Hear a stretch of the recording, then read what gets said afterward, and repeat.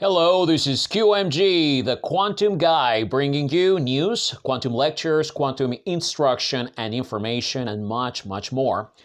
I would like to play a little game with you. We're going to pretend to be investors, and we're going to be critical about a new company. We want to see if the company is worth investing based on the information available. It is too bad we cannot go inside the company and actually examine directly what they are doing, but we're going to look at an article to see what we can conclude based on the information available. The article was published by Financial Times a few days ago, and we're going to look closely at every clue provided by the article. So let's begin to read. A secretive quantum computing company set up in California by 4 UK university physicists is set to reveal the technology it has developed over the past 5 years with 215 million venture capital funding. Okay. So far, so good. We have great evidence of competency in this company. 4 UK physicists. We can assume that they have degrees in physics, so they understand what they're doing. Let's continue reading. PsiQuantum will build an ultra-powerful commercial computer based on photonics by the middle of this decade, its founder said, as they prepare to emerge from stealth mode. Now we have a clue that reveals the essence of their technology, photonics. The question is, how is photonics better than superconducting quantum computers that we have now? Is it cheaper to build a quantum computer with photonics technology? Is there an advantage to accomplish more practical tasks with their particular photonics quantum computer than the computers we have now? Let's try to find out more. Underlying their company's confidence is a manufacturing partnership with Global Foundries, one of the world's leading semiconductor makers, which is making chips for PsiQuantum and at its plant in the US and Germany. Okay, just checking something here. I see. All right. Okay, so we can narrow down their technology even more. It is made out of semiconductors. Given that we know that the computer is based on photonics, we can induce that the manipulation of photons that will be involved in the device, as well as their measurements, require semiconductor technology. But from a thermodynamics point of view, in order to create a pure quantum system and maintain them coherently requires low entropy, which means that the environment where the photons will thrive would have to be sealed, and huge amounts of energy will be required to lower the entropy of the system. One criticism of the semiconducting quantum computers is that they require low temperatures.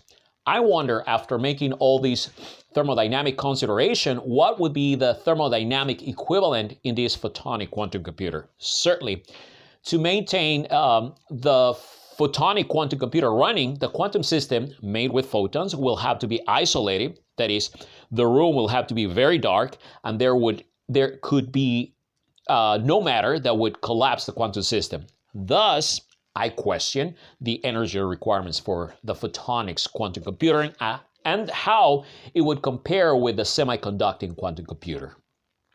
Let's continue reading.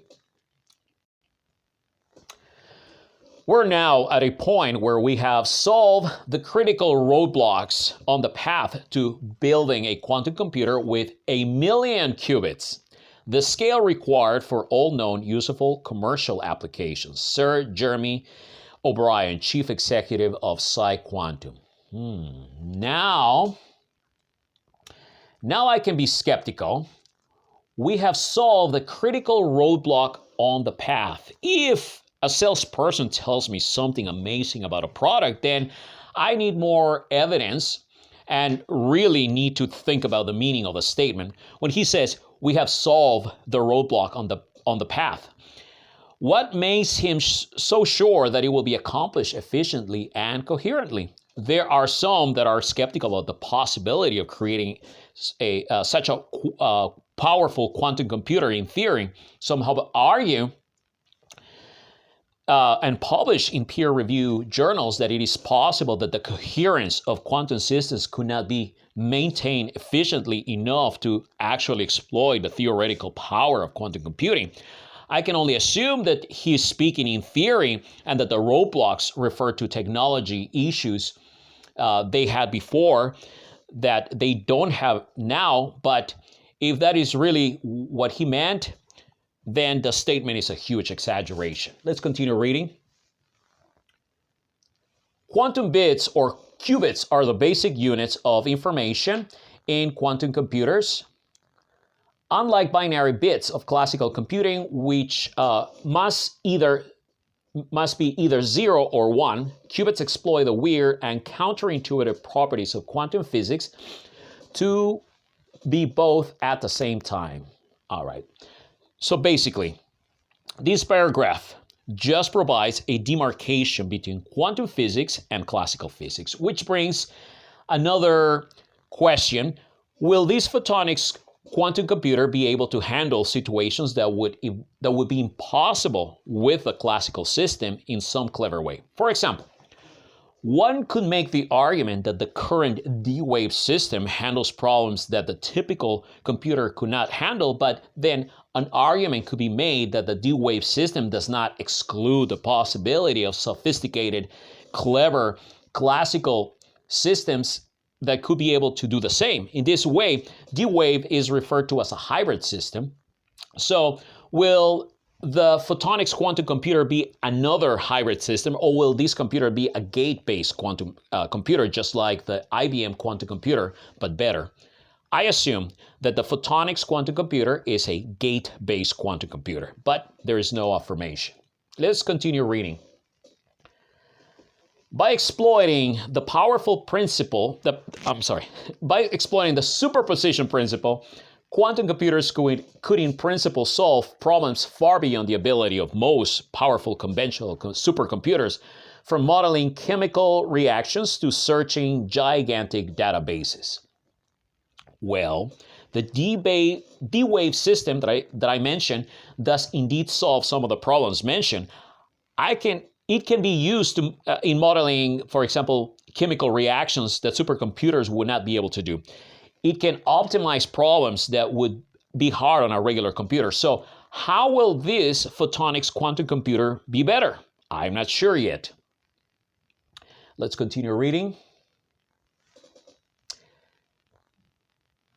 PsiQuantum is part of a crowded landscape of startups and established companies trying to overcome the formidable challenge of turning lab demonstrations into quantum computers that work reliably on a range of real-world problems.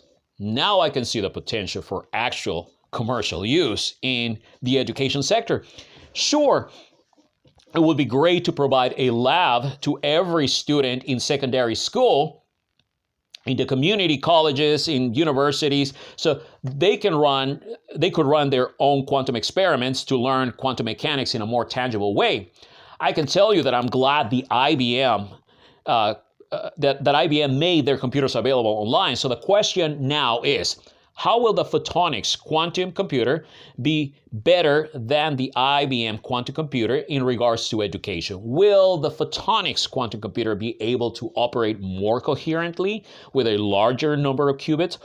If they do that, I support the project. Let's keep reading here. Take a sip. Hermann Hauser, the veteran technology investor, co-founder of Amadeus Capital, said PsiQuantum is one of 193 quantum computing startups around the world. He took a small personal stake in PsiQuantum when it was getting started. It helped to persuade the company's founder to move from UK to Silicon Valley because access to capital was better there. But Amadeus has invested in 3 other quantum companies with quite different approaches. I did a little bit of research on Hauser, and it turns out that he's an accomplished investor. He has history of investing in the in the computer sector, but I don't think he has a background in quantum physics. Sure, if the investment actually produced the dreamt quantum computer that could factor large numbers that would be impossible in principle with a classical computer, then his investment would have really paid off, but it does not seem clear at this point. So I wonder, what is his angle? Okay, let's keep reading. Jeremy and his brilliant team have their nose out in front because of their relationship with Global Foundries and their level of funding, said Hauser. But there are many uncertainties. Quantum computing hasn't settled yet, even at the lowest level, what sort of hardware it will use. Yes, he is aware of the potential problems with quantum computers. On the other hand, certainly, some revenue could come out from those interested in quantum computers for educational purposes. Kind of like those companies that make educational material for laboratories in schools. But I'm not really an investor, so don't trust me on that one. Let's keep reading. Until recently, quantum computing research was dominated by technologies that manipulated the quantum states of electrons found in charged atomic particles or flowing through superconducting circuits. But PsiQuantum uses optical technology exploiting the quantum properties of photons, like particles, rather than electrons, an approach that is gaining support within the industry. Correct. The current superconducting quantum computers, like the IBM quantum computer, manipulate free electrons in metals and is able to create pure quantum systems and manipulate the system. By lowering the temperature of the metal, they behave like superconductors. The resistance to the flow of electrons gets diminished to zero, and that allows to create and maintain the pure quantum system. In contrast, the Photonics quantum computer forms pure quantum systems with photons probably in the visual range. Now, the question is, why is the photonics gaining support in the industry? Let's find out.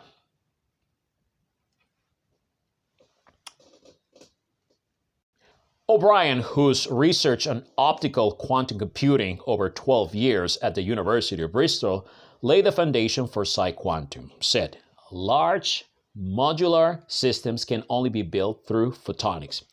Our first system, the Q1, solves the scaling problems common to all approaches to quantum computing: manufacturability, cooling power, connectivity, and control electronics.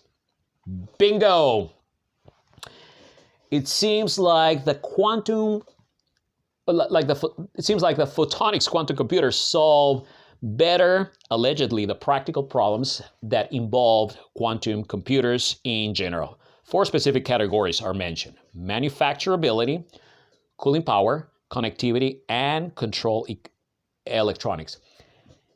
They claim to have solved an engineering problem better than the other approaches, but they're not affirming whether they could maintain coherence of a large system as required to be able to put a gate-based quantum computer to work in the Promethean task where they supersede classical computers. But they can argue that the only way to know if we can accomplish that Promethean goal is to try it. So they are trying. On the other hand, China built a quantum computer entirely with mirrors that is also scalable. So do their photonics quantum computers better in terms of manufacturability, cooling power, connectivity, and computer and control electronics than the quantum computer built with mirrors that also use photons? I wonder what they would say. Let's go to the next one. Let's keep reading. His co-founder, Pete Shadbolt, contrasted PsiQuantum's whole system approach with competitors that have built smaller devices using a few tens of qubits. These can perform spectacular feats within very narrow constraints, including demonstrating quantum supremacy by carrying out specific computations that are beyond the capability of any conventional computer, but cannot be scaled up to more powerful and flexible machines, he said.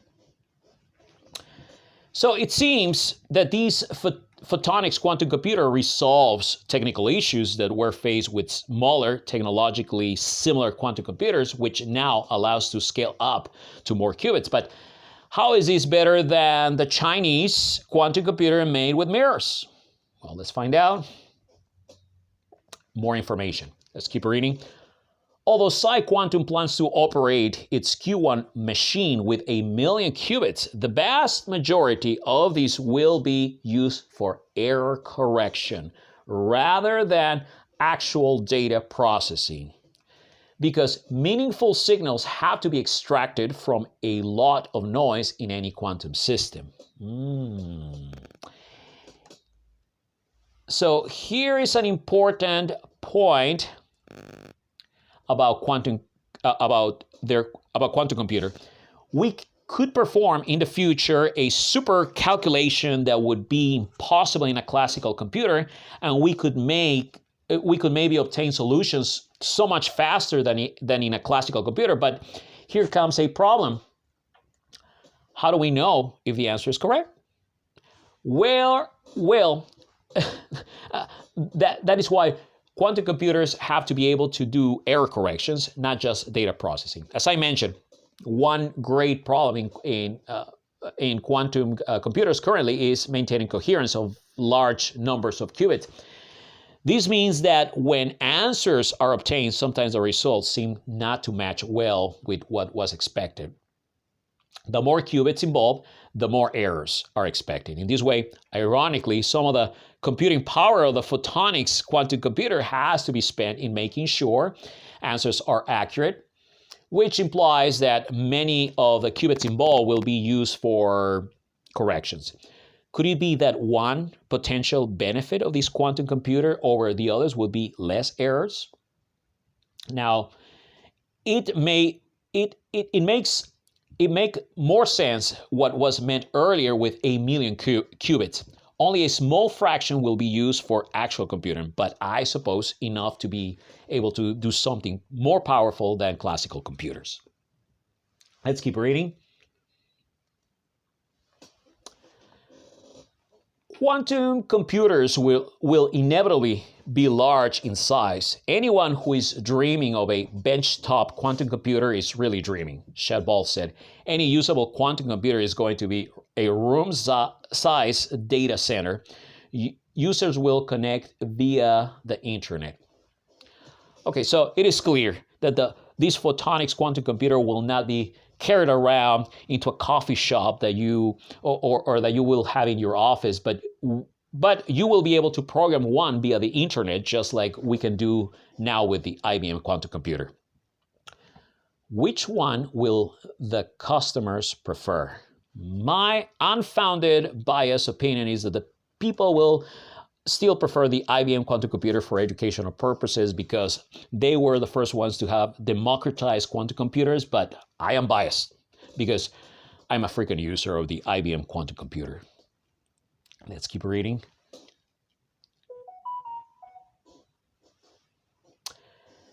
All right, let's see. PsiQuantum is working with customers across the pharmaceutical, clean energy, aerospace, transportation, finance, and high-tech industries, according to O'Brien, although no customer is ready to be identified. Well, there are many customers for the D-Wave system for practical tasks.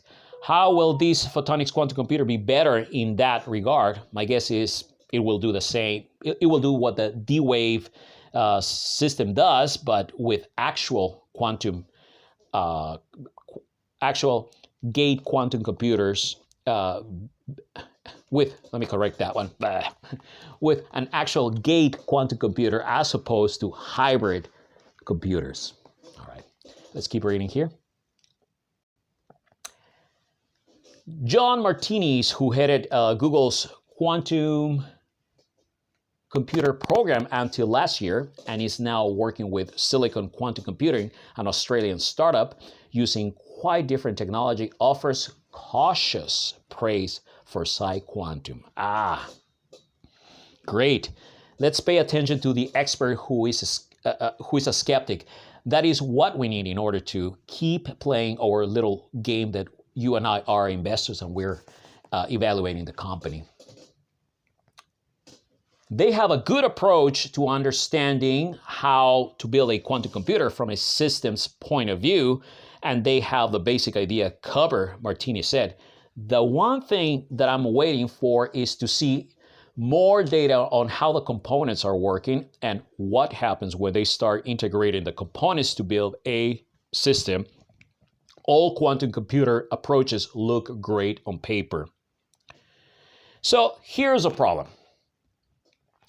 They resolved the technological issues that existed before, but they have not put the whole thing together. Like anything, there are unexpected problems that can occur once something is running. There is no prototype yet. They know what they are doing, but no expert can foresee how something could fail in practice until it is put together. Let's continue reading. Shadball promised that people will hear much more about PsiQuantum in the future. I think the reputation of our company is a moody bunch of people who don't say much. He says, the time has come for us to talk about what we're doing. Okay, well, I wonder why they have to make open announcements about what they're doing. Did they get confident enough that it will work? My guess is that they feel confident now, but then why not wait until they actually have a prototype? In this way, I am skeptical about their need to express their confidence. My skeptical alarm turns on to indicate to me that maybe they believe that it is time to seek more investors or increase the demand for their product, and for some reason, their real needs had to be satisfied 5 years before they could actually accomplish the goal. As an investor, I have the dilemma of investing now when it is easy at lower price, not knowing if they will have a prototype that accomplish the Herculean task, or invest later at a higher price when everything seems to be working as expected and everyone is interested in investing. Well, I will leave it up to you. You decide what to do. In reality, I can only criticize the technology. From my limited quantum physics perspective, I am limited by the data. But ultimately, many decisions in life come down to judgment calls, right? But I am glad that I had the opportunity to share my judgment with you. So see you next time. And remember, for those about to quantum, we salute you. I'll see you next time.